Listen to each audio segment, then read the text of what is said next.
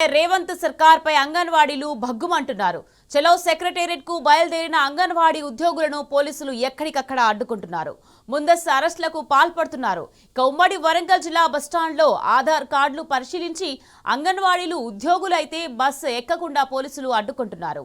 హైదరాబాద్ వెళ్తే కేసులు పెట్టాల్సి వస్తుందని పోలీసులు బెదిరింపులకు పాల్పడుతున్నారు.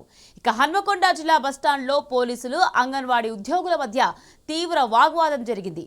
అయితే గత కొన్ని రోజులుగా తమ సమస్యలు పరిష్కరించాలంటూ నిరసన చేస్తున్న అంగన్వాడీలు కాంగ్రెస్ సర్కార్ వెంటనే ఇచ్చిన హామీలను నెరవేర్చాలని డిమాండ్ చేస్తున్నారు.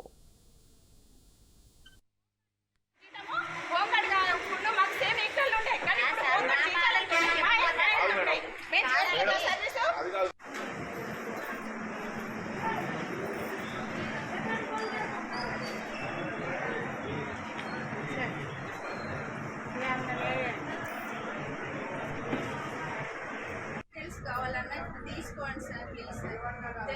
తెలంగాణ సార్ ఎవరికి వాళ్ళు పోటీగా సార్, ఎవరికి వాళ్ళు అందులో చాలా జరిగినాయి కదా సార్. తెలంగాణ ఉద్యమంలో కూడా చాలా ఆత్మహత్యలు జరిగినాయి సార్. మరి ఇందులో కూడా ఆ తెలంగాణ ఉద్యమంలో జరిగిన ఆత్మహత్యలు ఇప్పుడు అంగన్వాడీలో కూడా జరగాలి సార్. ప్రాణత్యాగాలు జరగాలి సార్ అంగన్వాడీ ఉద్యమంలో కూడా. అంటే సార్ మీకు పైనుంచి రావచ్చు, కానీ అంగన్వాడీ చేసేది న్యాయపూర్వకం అనేది మీకు తెలుసు, కానీ మమ్మల్ని కావాలని మీరు ఇబ్బంది పెట్టడం కరెక్ట్ కాదు.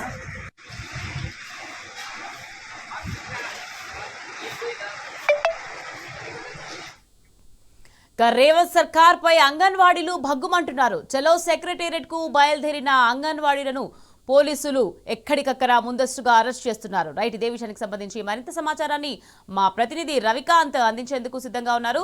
రవికాంత్, చెప్పండి, రేవంత్ సర్కార్ పై అంగన్వాడీలు భగ్గుమంటున్నారు. అయితే అంగన్వాడీలను పోలీసులు ముందస్తుగా అరెస్ట్ చేయడం జరుగుతుంది. దీనికి సంబంధించి అప్డేట్స్ ఏంటి రవికాంత్? దశల వారి ఒక పోరాటానికి అయితే అంగన్వాడీలు శ్రీకారం చుట్టారు. ఇటు జిల్లా కలెక్టరేట్లకు సంబంధించినటువంటి జిల్లా కలెక్టరేట్ల ముందు ఆందోళన చేశారు, తమ నిరసనలు వ్యక్తం చేశారు. ముందే వాళ్ళు ఇచ్చినటువంటి డెడ్ లైన్ లో భాగంగా ఈ నెల 25వ తేదీన మా సమస్యలు పరిష్కరించకపోతే చెలో సెక్రటేరియట్ చేపడతామని చెప్పి వాళ్ళు స్పష్టంగా చెప్పడం జరిగింది. ఇవాళ అందులో భాగంగా అంటే వాళ్ళు గత 2 నెలల నుంచి వాళ్ళ దశల వారి పోరాటాలు అయితే కొనసాగుతున్నాయి. కనీసం ప్రభుత్వం నుంచి స్పందన రాలేదు. గతంలో కాంగ్రెస్ అధికారంలోకి వచ్చే ముందు రేవంత్ రెడ్డి మా జీతాలకు సంబంధించి కావచ్చు, మాకున్నటువంటి సమస్యల పరిష్కారానికి సంబంధించి అనేక హామీలు ఇచ్చి ఉన్నారు. ఆ హామీలను నెరవేర్చాలని వీళ్ళంతా కూడా డిమాండ్ చేస్తా ఉన్నారు. అందులో భాగంగా నిరసనలు కూడా తెలుస్తూ వచ్చినటువంటి పరిస్థితి.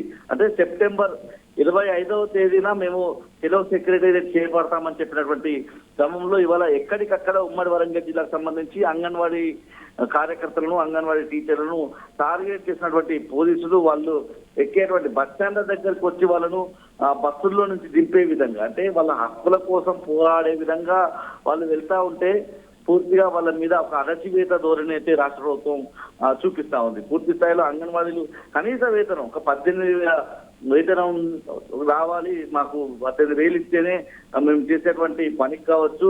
ఇవాళ నిత్యావసర సరుకులన్నీ కూడా పెరిగిపోయాయి.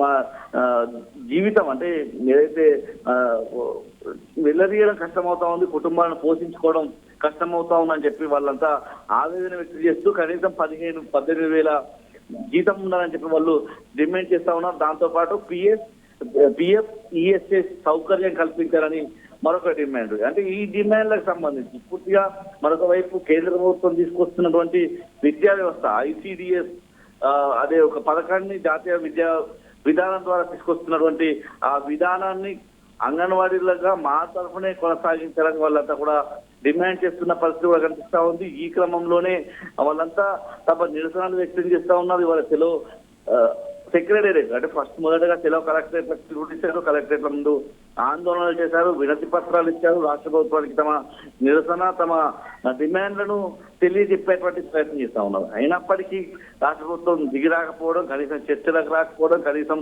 హామీ నెరవేరుస్తామని చెప్పకపోవడం పట్ల ఆగ్రహిస్తున్నటువంటి అంగన్వాడీ టీచర్లు అయితే ఇవాళ సెక్రటేరియట్ ముట్టడి కోసం వెళ్తా ఉన్న సందర్భంలో ఎక్కడికక్కడ ముందస్తు అరెస్టులు అయితే కొనసాగుతున్నాయి. పోలీసులు వాళ్ళను రవికాంత్ బెదిరింపుతో రవికాంత్ చెప్పండి, అయితే ఇప్పుడు జిల్లా బస్ స్టాండ్ లో ఆధార్ కార్డులు పరిశీలించి వాళ్ళు అంగన్వాడీ ఉద్యోగులు అని తెలవగానే వాళ్ళని బస్సు ఎక్కకుండా పోలీసులు అడ్డుకోవడం జరుగుతుంది. అంటే పోలీసులు ఇంత ఇలా ప్రవర్తించడానికి ప్రధాన కారణం ఏమంటారు రవికాంత్?